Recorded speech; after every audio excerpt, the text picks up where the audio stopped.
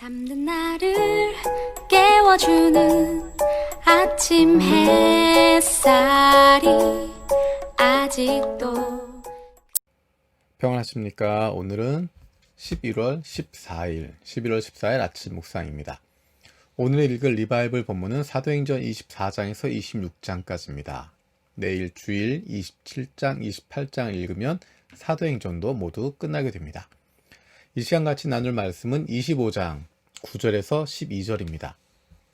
그러나 베스도는 유대 사람의 환심을 사고자 하여 바울에게 묻기를 그대는 예루살렘으로 올라가서 이 사건에 대하여 내 앞에서 재판을 받고 싶지 않소 하였다.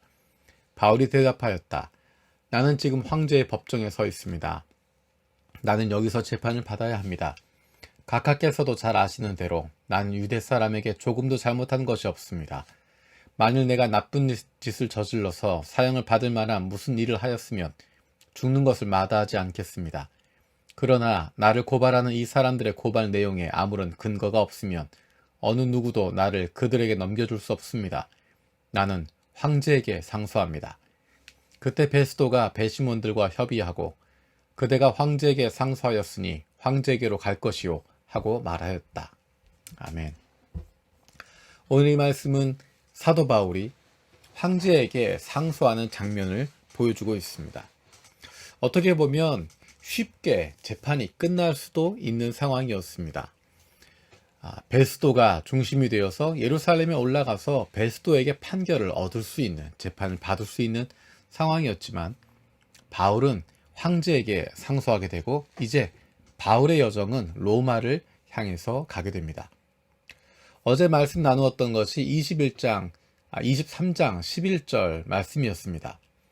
그날 밤에 주님께서 바울 곁에 서서 말씀하셨다. 용기를 내어라. 네가 예루살렘에서 나의 일을 증언하는 것과 같이 로마에서도 증언하여야 한다. 예수님께서 이 말씀을 하시기 전에 일들은 굉장히 빨리 진행이 됐습니다. 사도행전 21장에서 예루살렘에서 바울이 체포됩니다. 그리고 나서부터는 시간이 빨리빨리 진행됩니다.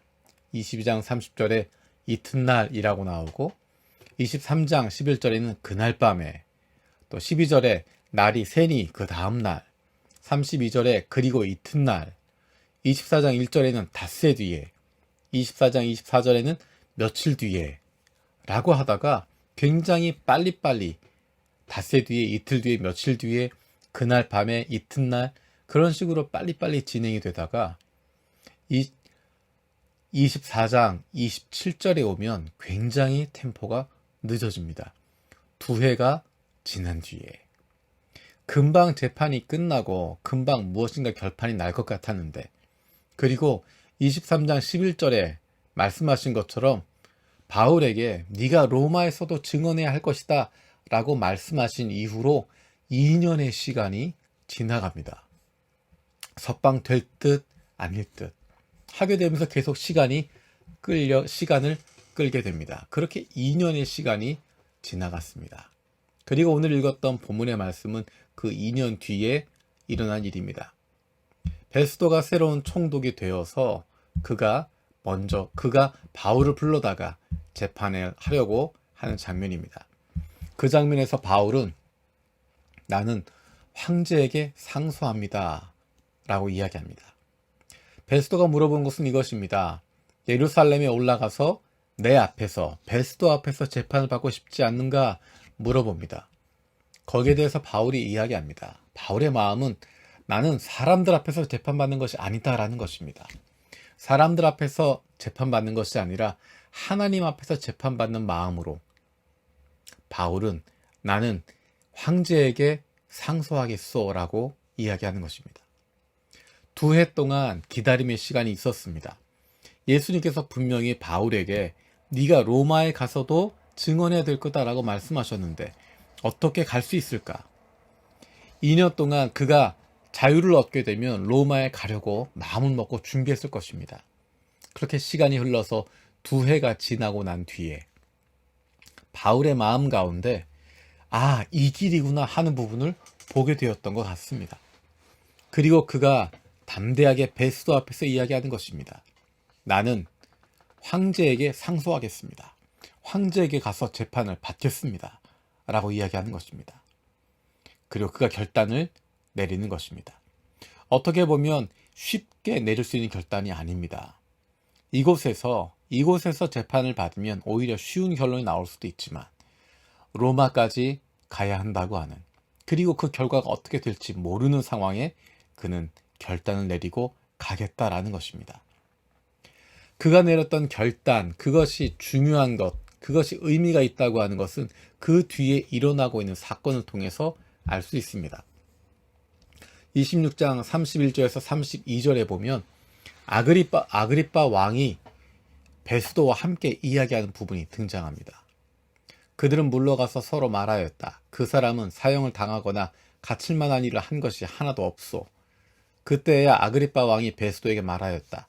그 사람이 황제에게 상소하지 않았으면 석방될 수 있었을 것이요. 황제에게 상소하지 않았다면 이곳에서 재판을 받고 석방될 수 있었을 거다라고 이야기하는 것입니다.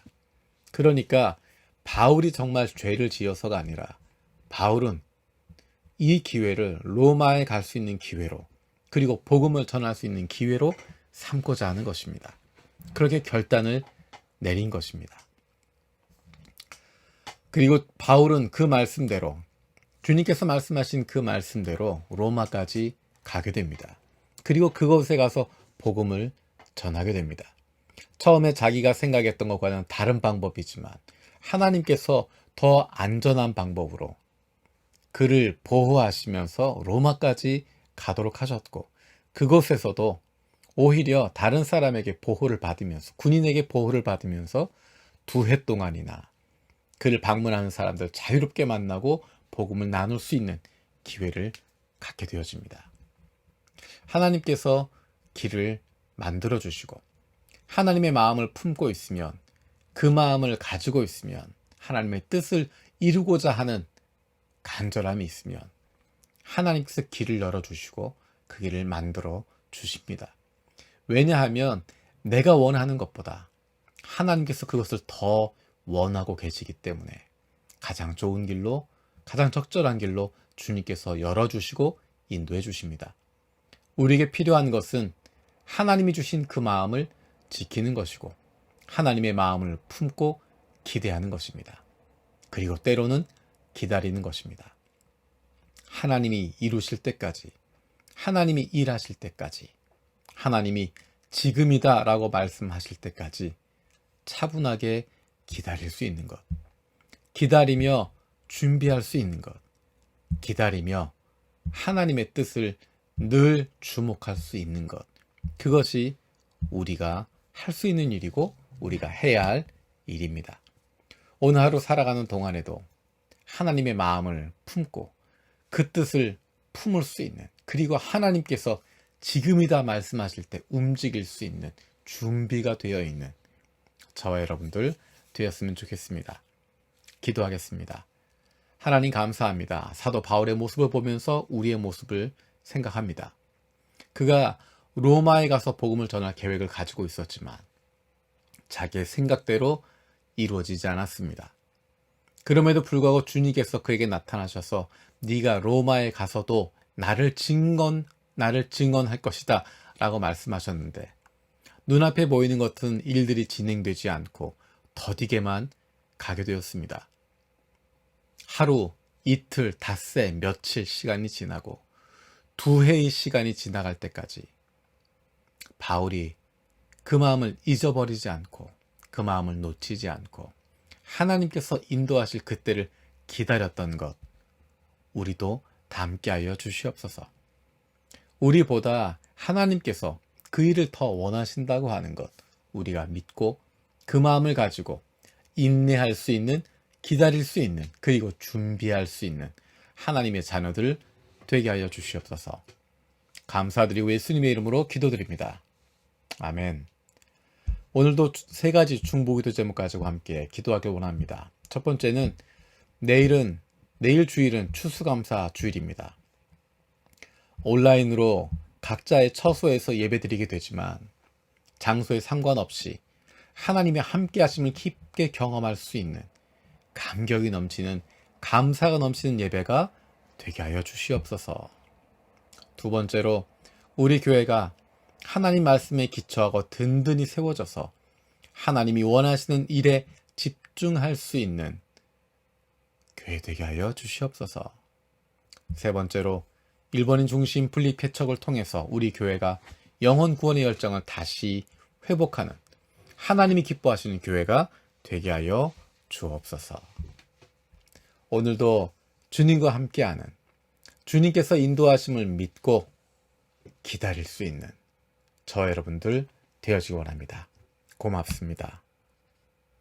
전능하신 하나님이 함께